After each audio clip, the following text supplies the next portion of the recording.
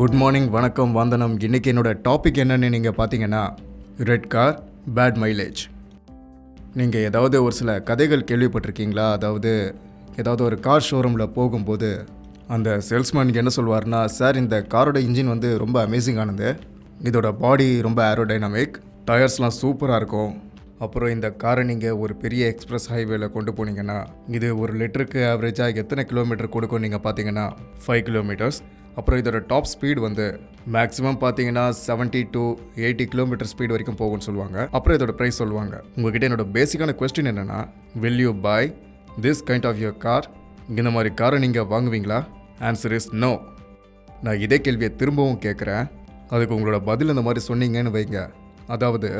அது என்னென்னா, சார் என்னுடைய கால்ஸ் ரொம்ப நல்லா இருக்குது, என்னுடைய ஃப்ரீக்வன்சி ரொம்ப நல்லா இருக்குது, நான் மனசார வேலை பார்க்குறேன், என்னுடைய ப்ராசஸும் ரொம்ப நல்லா இருக்குது, நான் எல்லாத்தையும் ஃபாலோ பண்ணுறேன், கம்பெனியோட ஒவ்வொரு ரூல்ஸையும் ஃபாலோ பண்ணுறேன், நீங்கள் என்னை WFSC அடிப்படையில் நீங்கள் பார்த்தீங்கன்னா எனக்கு எல்லாமே க்ரீன் மார்க்கில் கிடைச்சதை நீங்கள் பார்க்க முடியும். Everything is good, my products are good, everything is good. Company காரோட ரெப்புடேஷன் பார்த்தீங்களா, அது ரொம்பவே அமேசிங்காக இருக்குது, ஹை லெவலில் இருக்குது. பட் சார் என்னுடைய ப்ரொடக்டிவிட்டி இருக்குல்ல, அது ரொம்ப கம்மியாக இருக்குது. சார் என்னுடைய ப்ரொடக்டிவிட்டி பார்த்தீங்கன்னா 5 லட்ச ரூபா தான். ஆனால் என்னோடய க்ரோத் என்னென்னு பார்த்தீங்கன்னா வெறும் 3% தான் இருக்குது. சிங்கிள் டிஜிட் தான் என்னுடைய க்ரோத் இருக்குது. ஐபிஎம்மோட க்ரோத் பார்த்தீங்கன்னா 9.1% இருக்குது. ஆனால் என் க்ரோத் அந்தளவுக்கு இல்லை.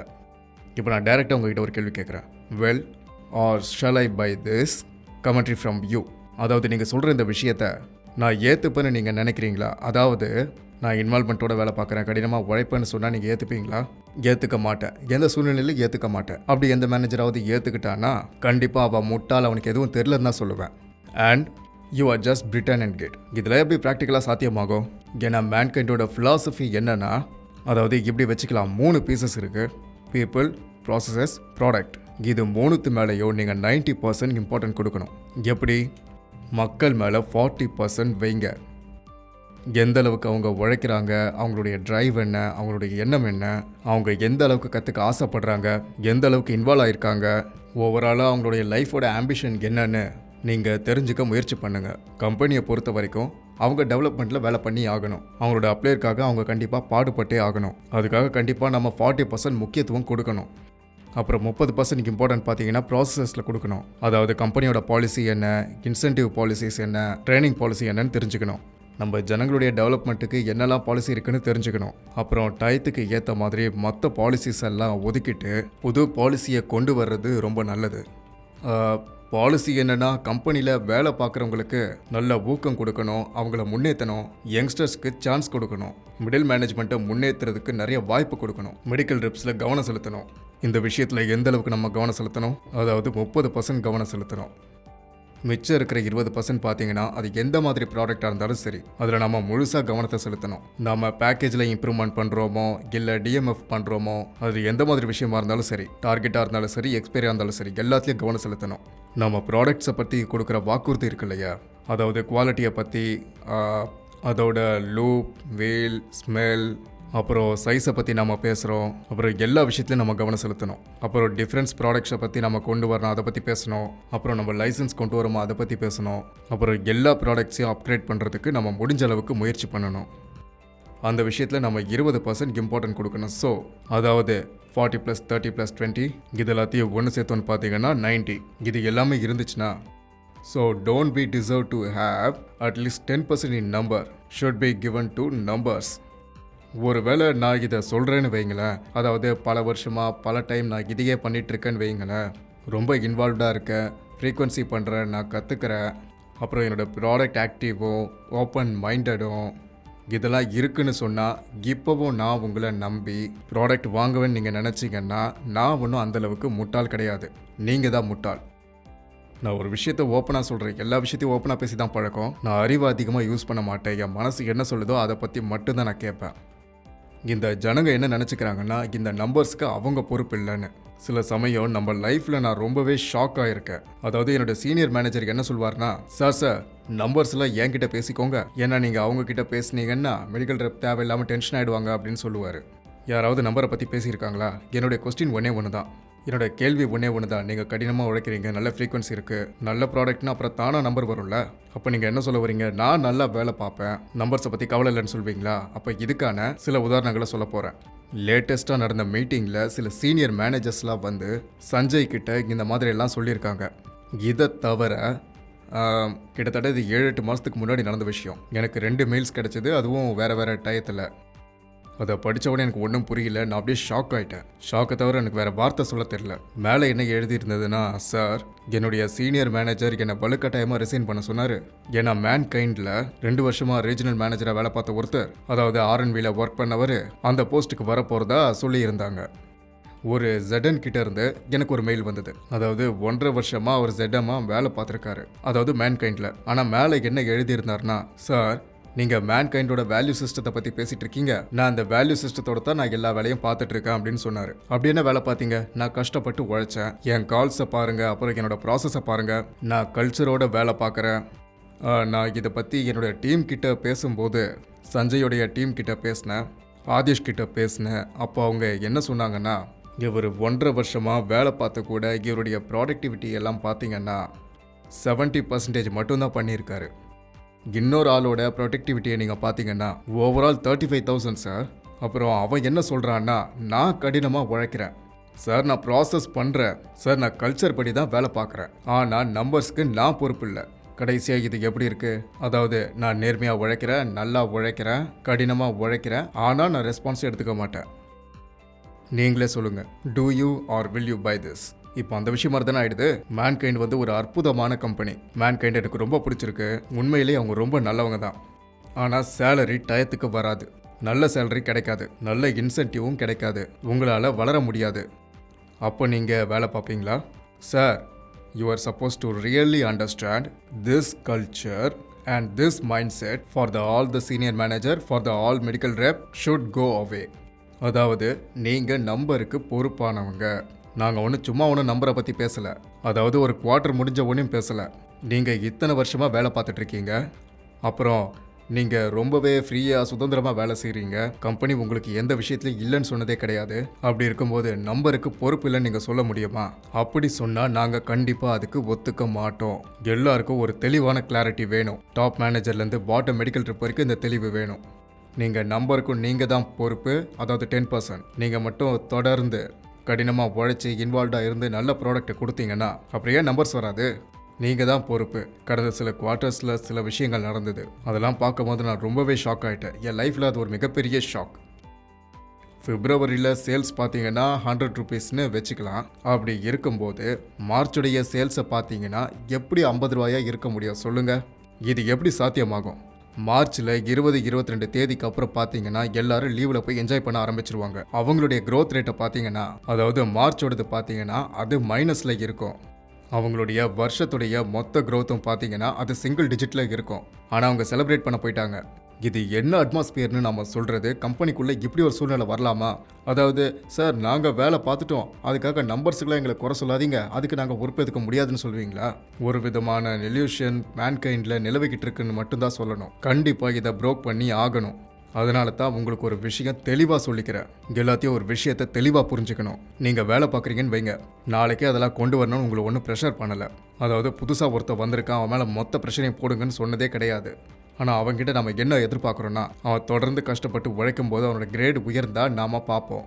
அதுக்காக சரிப்பா நான் 1 வருஷம் வேலை பார்த்துட்டேன், மார்ச் மட்டமாக இருந்தா என்ன, ஏப்ரல் பார்த்துக்கலான்னு சொல்லக்கூடாது.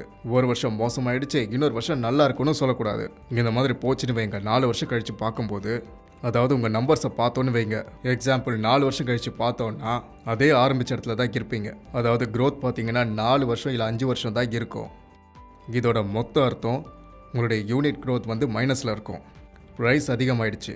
இந்த கல்ச்சர் மேன்கைண்ட்குள்ளே வரக்கூடாது. Please understand. முன்னாடி வேணால் நடந்து இருக்கலாம், ஆனால் ஒரு விஷயம் மட்டும் தெளிவாக சொல்லிக்கிறேன், இனிமேல் அப்படி நடக்காது. இதை தவிர ஒரு விஷயம், அது ரொம்பவே முக்கியமான விஷயம். இப்போ கடினமான முடிவுகளும் கடினமான ஆக்ஷன்ஸும் எடுக்க ஆரம்பிச்சிட்டோம். அதாவது ஃபில்ட்ரேஷன். திரும்ப சொல்கிறேன், இந்த ஃபில்ட்ரேஷனுக்கு எந்த பவுண்டரியும் கிடையாது. மிரட்ஸ்லேயும் நடக்கலாம், பாம்பேலேயும் நடக்கலாம், ஆந்திர பிரதேஷ்லேயும் நடக்கலாம், கேரளாவில் கூட நம்ம நடக்கலாம், எங்கே வேணாலும் நடக்கலாம். அந்த மாதிரி மேனேஜர்ஸ்க்கு எங்ககிட்ட இடம் கிடையாது. நான் இதை ஓப்பனாகவே சொல்கிறேன். ஏதாவது மேனேஜர் இந்த கரப்ஷனில் மாட்டினாங்கன்னா உடனே அவங்க வேலையை விட்டு வெளியே போய் தான் ஆகணும். இதுதான் அவருக்கான தண்டனை, வேறு ஆப்ஷன்ஸே கிடையாது. And you start for the top managers. திரும்ப திரும்ப ஏன் சொல்கிறேன்னா, ஒரு வேளை உங்கள் மேலே கடினமான ஆக்ஷன் எடுத்து நீங்கள் வருத்தப்பட்டீங்கன்னா அதுக்கு நான் கில்ட்டியாக ஃபீல் பண்ணக்கூடாதுல்ல, அதுக்காக தான் சொல்கிறேன். புரிஞ்சுக்கோங்க, இப்படி எடுக்க போகிறேன்ற விஷயத்த நான் தெளிவாக சொல்கிறேன். சேல்ஸ் கொண்டு வர்றது எங்கள் பொறுப்பு இல்லைன்னு எப்போ ஒருத்தருக்கு தோணுதோ அப்போ நாங்கள் இந்த ஆக்ஷனில் இறங்குவோம். இந்த மாதிரி அவங்க நினைக்கிறதுக்கான காரணம் எனக்கு என்ன தோணுதுன்னா, அதாவது ஃபஸ்ட்டு ரீசன் வந்து ஏதோ ஒரு விதத்தில் அவங்களுக்குள்ள அந்த பசி இல்லை, அவங்களுடைய பசி தீந்துருச்சுன்னு தான் சொல்லணும். ஏதோ விதத்தில் அவங்களுக்குள்ள முன்னேறணுங்கிற வெறி அடங்கிடுச்சு. அவங்க கிட்ட நிறைய பணம் இருக்குது, அவங்க பெட்டரான ப்ரமோஷனுக்கு ஆசைப்படவே இல்லை, பெட்டரான டெசிக்னேஷனுக்கு அவங்க ஆசைப்படலை. அப்புறம் செகண்ட் ரீசன் பேசிக்கலி என்னன்னா, பீப்புள்ஸ் வர வர ஆம்பிஷன்ஸே இல்லாமல் இருக்காங்க. ஒருத்தருக்குமே எந்த விஷயத்துலேயே ஆம்பிஷன்ஸே கிடையாது. அதாவது நாங்கள் வாழ்க்கையில் முன்னேறணும், அப்புறம் புதுசாக வந்த கற்றுக்குட்டிங்களை கற்றுக்க வைக்க சொல்லி கம்பெனி ப்ரெஷர் பண்ணுறாங்க. எல்லாரையும் அப்படி சொல்லலை, சில பேர் சுத்தமாக குறிக்கோளே இல்லாமல் இருக்காங்க. அப்புறம் மூணாவது, இதுதான் ரொம்ப ரொம்ப முக்கியமான ரீசன், அதாவது வேலை போயிடுங்கிற பயம் மக்களுக்கு சுத்தமாக கிடையவே கிடையாது. அதாவது ரெண்டு விஷயத்தில் இருக்குது. இந்த ரேஸில் பார்த்தீங்கன்னா யாராவது நேஷனல் ஹெட் ஆகிருக்கலாம், இல்லைனா ஜோனல் மேனேஜர் ஆகிருக்கலாம், இல்லை நேஷனல் மேனேஜர் ஆகிருக்கலாம். இவங்களாம் இந்த ரேஸ்லேயே கிடையாது. அப்புறம் இன்னொருத்தவங்க வந்து நம்மளை பீட் பண்ணிடுவாங்கங்கிற பயம் சுத்தமாக கிடையாது. அப்புறம் ரெண்டாவது பயம் என்னன்னு பார்த்தீங்கன்னா, நான் என்ன வேணாலும் பண்ணலாம், கடைசியில் ஏதாவது பண்ணி வேலையை பண்ணிடுவேன், ஃப்ரீக்வன்சி காட்டிடுவேன். அப்புறம் நான் பழைய வருஷங்களில் நிறைய சேல்ஸ் பண்ணினதுக்கெல்லாம் காட்டியிருக்கேன். இப்போ சிங்கிள் டிஜிட்டில் க்ரோத் இருந்தால் என்ன ஆகிட போகுது, என்ன வித்தியாசம் இருக்க போகுது, யாரையும் எம்எல் ஆக்ஷன் எடுக்க போகிறதில்ல. அப்படி நினச்சாலும் நான் ஒரு விஷயத்தை தெளிவாக சொல்லிக்கிறேன் sir, this is a different year. கடந்த சில குவார்ட்டரில் எப்படி நடந்துக்கிட்டோன்னு உங்களுக்கே தெரியும். அதாவது கடினமாக ரொம்ப ஸ்ட்ரிக்டாக நாம் நடந்துக்கிட்டோம். அதனால் இனிமேல் வரப்போகிற காலங்களில் யாருக்கெல்லாம் இடம் இல்லைங்கிறத இப்பயே சொல்லிடுறேன். அதாவது ஆம்பிஷன் இல்லாதவங்க, பசி இல்லாதவங்க, அப்புறம் நீங்கள் என்ன வேணாலும் சொல்லுங்கள், எதை பற்றி எனக்கு கவலை கிடையாது, நீங்கள் என்ன பண்ணாலும் உங்களால் என்ன எதுவும் பண்ண முடியாது, அப்படி இப்படி நீங்கள் நினச்சிட்டு இருந்தீங்கன்னு வைங்க, அதாவது இப்படி தான் இருப்பேன், இப்படி தான் நடந்துக்க போகிறேன்னு சொன்னீங்கன்னா தயவு செஞ்சு புரிஞ்சுக்கோங்க. அதாவது ஒருத்தன் தினம் நல்லா உழைச்சிட்டு நான் ரெஸ்பான்ஸ் எடுத்துக்க மாட்டேன்னு சொல்லக்கூடாது. நான் டாக்டர் சேம்பருக்குள்ளே போனேன், இருந்தாலும் எனக்கு பொறுப்பு வரல. இதுக்கு 2-3 காரணங்கள் தான் இருக்க முடியும். அதாவது அவனுக்கு எந்த அப்ஜெக்டிவுமே கிடையாது, அவனுக்கு செல்ஃபு போஸ்ட் ப்ரெஷர் கிடையாது. இது எல்லாத்தையும் விட முக்கியமாக இதோட ரூட் காஸ் என்னன்னு பார்த்தோன்னா, அவனுக்கு இன்டென்ஷனே கிடையாது. ஆனால் ஏதாவது ஒரு நொடியில் உங்கள் மனசுக்குள்ளே இன்டென்ஷன் வந்துச்சுன்னு வைங்களேன், அதை அப்படியே நீங்கள் ப்ரிஸ்கிரிப்ஷனில் கொண்டு வந்தீங்கன்னு வைங்க, அதுக்கப்புறம் சார் உங்களுடைய டோன் மாறிடும், உங்களுடைய டிமாண்ட்ஸ் மாறிடும், டிமாண்ட் பண்ணுற விதமும் மாறிடும், அப்புறம் உங்களுடைய மீட்டிங் கண்டக்ட் பண்ணுற விதமும் மாறிடும், நீங்கள் உங்களுடைய 100% கொடுப்பீங்க. அப்படி இல்லைன்னா வெறும் ஃபார்மாலிட்டி மட்டும்தான் நடக்கும், வெறும் பேப்பர் ஒர்க் மட்டும்தான் எங்ககிட்ட காட்டப்படும். அதில் பார்த்தீங்கன்னா எல்லாமே வந்து க்ரீன் கிரேடாக மட்டும்தான் இருக்கும். இதெல்லாம் இருந்தும் கூட உங்கள் க்ரோத் பார்த்தீங்கன்னா சிங்கிள் டிஜிட்டில் இருக்கும். அதனால் இன்னொரு விஷயம் நான் சொல்கிறதுக்கு உங்களுக்கு ஆசைப்பட்றேன். அதாவது உங்களுக்குள்ள ஒரு இன்டென்ஷன் இல்லாமல் இருந்துச்சுன்னா, அந்த அப்ஜெக்டிவ் இல்லாமல் இருந்தாலோ, அதாவது என்னோட குறிக்கோள் வந்து ஐபிஎம் க்ரோத்தோட டபுள் மடங்கு கொண்டு வரணும். அதாவது ஐபிஎம் 9% வளர்ந்துச்சுன்னா என்னோட குறிக்கோள் வந்து அதை 18% ஆக்கிறதா இருக்கணும்.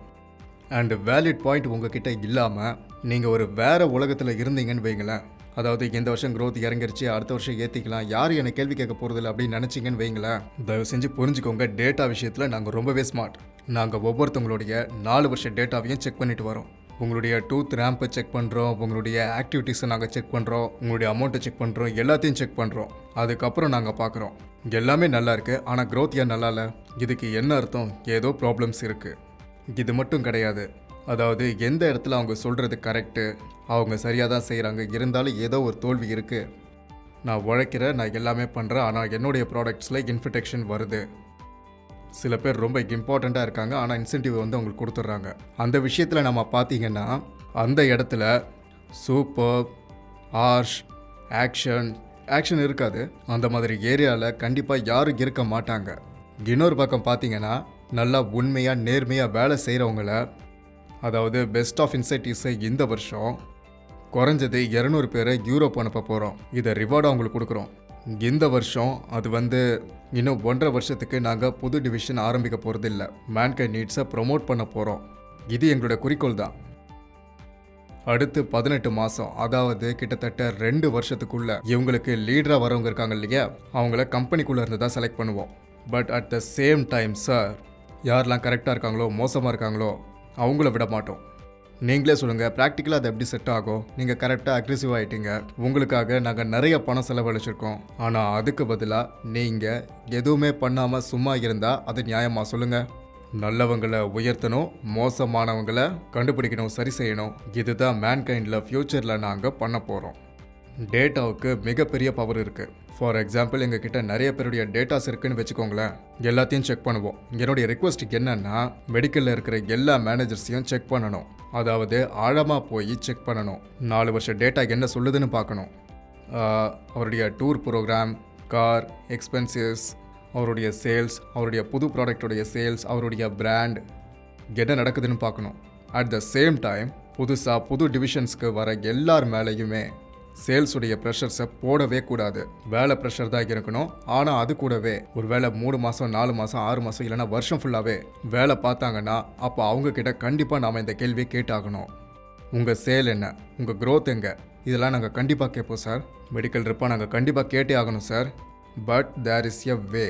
அவங்கக்கிட்ட வெறும் சேல்ஸை மட்டும் கேட்டால் போதாது, அவங்க கூட நாம் சேர்ந்து இருக்கணும். அது ரொம்ப ரொம்ப முக்கியம். So just want to say read great and again, அதாவது நாங்கள் யாரையெல்லாம் கம்பெனியில் ஷோ ஆஃப் பண்ணுறாங்களோ அவங்களுக்கு எதிராக கண்டிப்பாக நடவடிக்கை எடுப்போம். அதுவும் எதுவும் பண்ணாமல் அமைதியாக இருந்தால் நடவடிக்கை எடுப்போம். ஆனால் யாரெல்லாம் உண்மையாக நல்லா வேலை செய்கிறாங்களோ அவங்கள நல்லா என்கரேஜ் பண்ணி அவங்களுக்கு ப்ரமோஷன் கொடுத்து அவங்களுக்கு எல்லா ஹெல்ப்பும் பண்ணுவோம். டேட்டா மூலமாகவும், விவேரியல் டேட்டா மூலமாகவும். ஆனால் பொதுவாக சொல்லுவாங்க, இதை செய்வா அதை செய்வா, இதெல்லாம் நடக்கிறது உண்டு தான். உங்களுக்கான ரேங்கிங்கும் பண்ணுவோம். அதை வச்சு உங்களை நாங்கள் செக் பண்ணுவோம். So I wish all the best, good luck. என்னோட ஆசை என்னென்னா, மேன்கைண்டோட உண்மையான இன்டென்ஷன் என்னென்னு நீங்கள் எல்லோரும் தெரிஞ்சுக்கணுங்கிறது தான். அதாவது double the growth through IPM. யாரெல்லாம் நல்லா ஒர்க் பண்ணுறாங்களோ அவங்கள ப்ரொமோட் பண்ணணும். அவங்க நம்பர்ஸுக்கு அவங்க தான் பொறுப்பு. பீப்புள் ப்ராடக்ட்ஸ் மேலே நீங்கள் 90% கவனத்தை செலுத்தணும். அண்ட் இந்த வருஷம் உங்களுக்கு ரொம்ப அற்புதமாக இருக்கும். And one more thing, and இந்த வருஷம் எல்லா மேனேஜர்ஸும் 3 தடவை வந்து ஹெட் ஆஃபீஸில் மீட் பண்ணணும். அவங்கக்கிட்ட நாங்கள் பேசுவோம். 3 தடவை, வருஷத்தில் 1 தடவை தான் மீட் பண்ணணும்னு நினைக்காதீங்க. 3 தடவை நீங்கள் வந்தாகணும். அப்புறம் நான் உங்களுக்கு ஒரு இன்ட்ரெஸ்டிங்கான விஷயம் சொல்ல போகிறேன். நான் ஒரு கேள்வி கேட்குறேன். ஒரு 2 பேர் இருக்காங்க. ஒருத்தன் பேர் ராம், இன்னொருத்தன் பேர் ஷாம். ராம் பார்த்தீங்கன்னா 1 மணி நேரத்துக்கு கரெக்டாக 5 கிலோமீட்டர் நடக்கிறாரு. அப்புறம் ஷாம் அந்த 5 கிலோமீட்டர் நடக்கிறதுக்கு 1 மணி நேரம் 20 நிமிஷம் எடுத்துக்கிறாரு. யார் பெட்டர்னு சொல்லுங்கள்? நீங்கள் ராமன் சொல்லுங்கள். யா, யூ ஆர் ரைட். அண்ட் அடுத்த டேட்டாவை நான் சொல்கிறேன். ராமுடைய வயசு வந்து 30, ஷாமுடைய வயசு வந்து 7. இப்போ யார் பெட்ரு? இப்போ நீங்கள் என்ன சொல்வீங்க? 7 வயசில் ஷாம் 5 கிலோமீட்டர் நடக்கிறது பெரிய விஷயம், அதனால் அவன் தான் பெட்டர்னு சொல்வீங்க. இப்போ அடுத்து ஒன்று சொல்கிறேன்.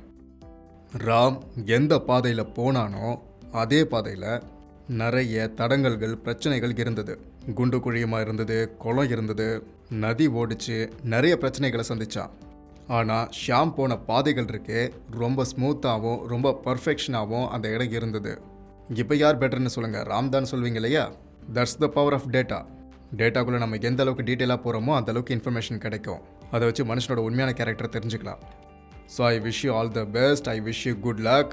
டேட்டாவை செக் பண்ணுங்கள். எந்த அளவுக்கு நேர்மையான பையன், எப்போ வேலையில் ஜாயின் பண்ணால், எந்த கம்பெனியில் வந்திருக்கான், எந்த டிவிஷனில் ஜாயின் பண்ணியிருக்கான், எந்த மாதிரி சூழ்நிலையில் வந்திருக்கான், அவன் பிரச்சனை என்ன, இதெல்லாம் தெரிஞ்சுக்கிட்டா நீங்கள் ஒரு பெட்டர் மேனேஜராக இருப்பீங்க. So I wish the all the best, good luck. அப்புறம் என்னுடைய நம்பிக்கை என்னென்னா, உங்களுடைய இன்டென்ஷன் பல வருஷத்தில் இன்னும் பெட்டராக இருக்குங்கிறது தான். All the best, good luck. Thank you so much. Bye bye.